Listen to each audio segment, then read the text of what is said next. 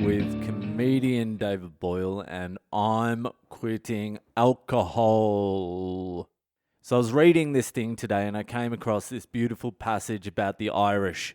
And anyone who even has like a drop of Irish blood in them like to claim that they're Irish. And I'm no exception either. I've got plenty of fucking Irish blood in there. I've never been to Ireland and I've never met a relative from Ireland, but there's plenty of fucking Irish in the Boyle.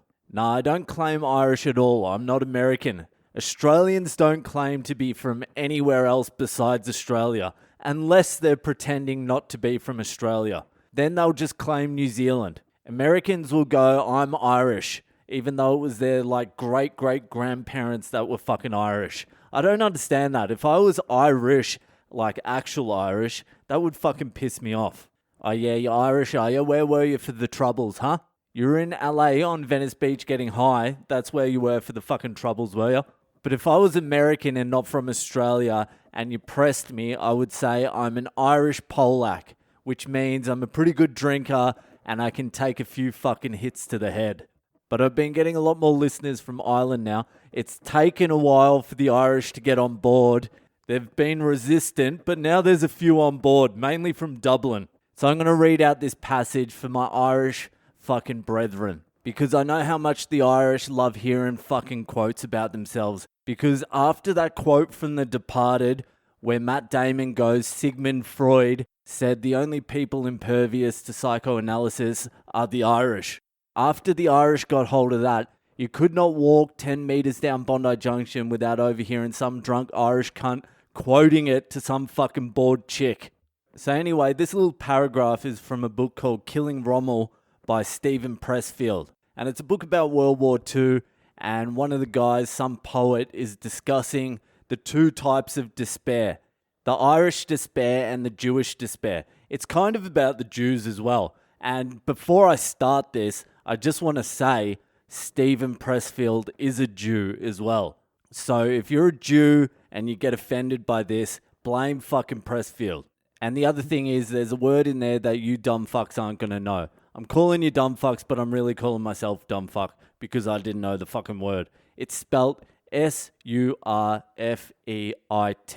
It's surfeit, and it just means to have an excess of something. So anyway, here it is. And Jews, remember, it's Stephen Pressfield who wrote this, and he's a Jew. All right, here we go. Jewish despair arises from want and can be cured by surfeit. Give a penniless Jew 50 quid and he perks right up. Irish despair is different. Nothing relieves Irish despair. The Irishman's complaint lies not with circumstances, which might be rendered brilliant by labour or luck, but with the injustice of existence itself. Death. How could a benevolent deity gift us with life only to set such a cruel term upon it? Irish despair knows no remedy. Money can't help it. Love fades. Fame is fleeting. The only cures are booze and sentiment. That's why the Irish are such noble drunks and glorious poets. No one sings like the Irish or mourns like them. Why? Because they're angels imprisoned in vessels of flesh. Now that is beautiful and powerful, and I believe all of it. But if you were ever at the Cock and Bull on a Wednesday night or the fucking Tea Gardens, you would not have seen any fucking noble Irish drunks there, and they sing like shit. How many times are you going to listen to 500 fucking miles before it gets old? Noble drunks? Obviously, Stephen Pressfield never spent any time down in Scuba in Sydney while the crab racing was on, drinking $8 jugs of snakebite with these animals.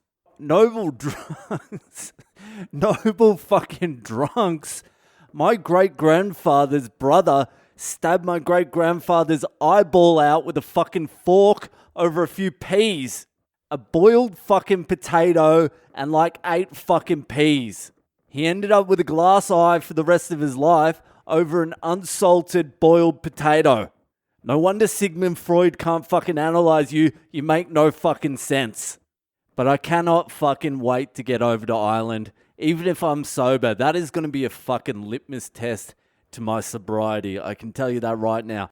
No, but it is one of my absolute fucking dreams to come over to Ireland, do a show and sing fucking Dirty Old Town on stage. Hack and embarrassing, but I want to do it. If I can get 100 fucking people to a show somewhere in Ireland, I'm coming. If they ever let people from India into their countries again, I'm fucking coming. That is going to be the real litmus test to my fucking sobriety. Being in Ireland fucking sober. Anyway, that's it for tonight. If you're enjoying the podcast, give it a share around with your friends.